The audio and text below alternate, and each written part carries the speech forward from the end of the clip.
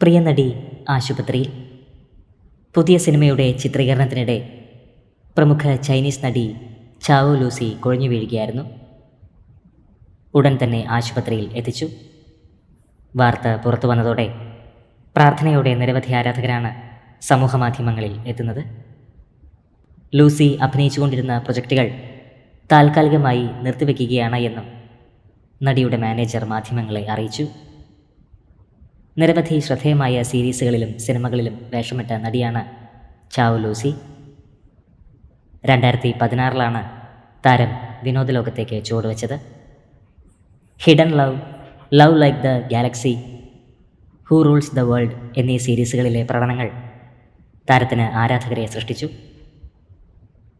26-കാരിയായ നടി വേഗം സുഖം പ്രാപിക്കുമെന്ന പ്രതീക്ഷയിലാണ് ആരാധകർ.